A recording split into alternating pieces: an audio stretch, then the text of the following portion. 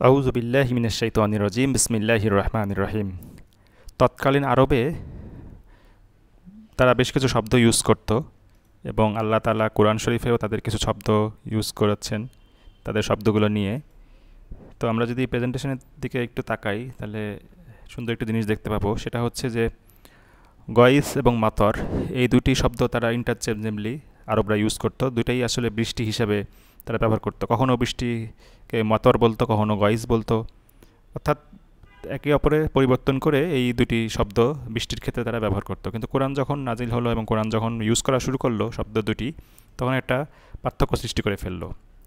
শুরুতে যখন গয়েস যেটা বলা হচ্ছে সেটা হচ্ছে উপকারী বৃষ্টি হিসাবে গয়েসকে কোরআনে সবসময় বর্ণিত করা হয়েছে।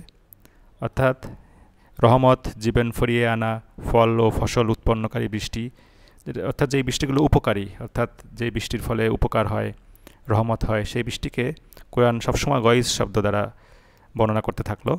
যেমন আমরা একটি উদাহরণ দেখতে পারি ২৬ নম্বর সূরা শুআরার ১৭৩ নম্বর আয়াতে।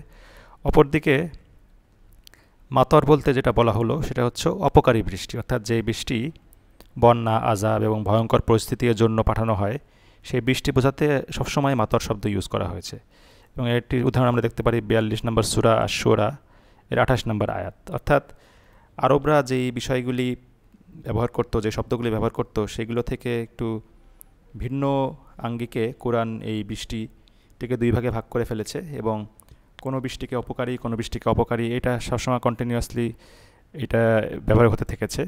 এবং এটাই কোরআনের সৌন্দর্য, যে কোনো কিছুকে যখন সে ফিক্স করে ফেলে তখন সেটাকে একটি অপরিবর্তনীয় সুন্দর একটি আদর্শ বিষয়ে পরিণত করে। তো এই বিষয়টি আমি জানলাম। তা আজ এ পর্যন্তই। আসসালামু আলাইকুম ওয়া রাহমাতুল্লাহি ওয়া বারাকাতুহু।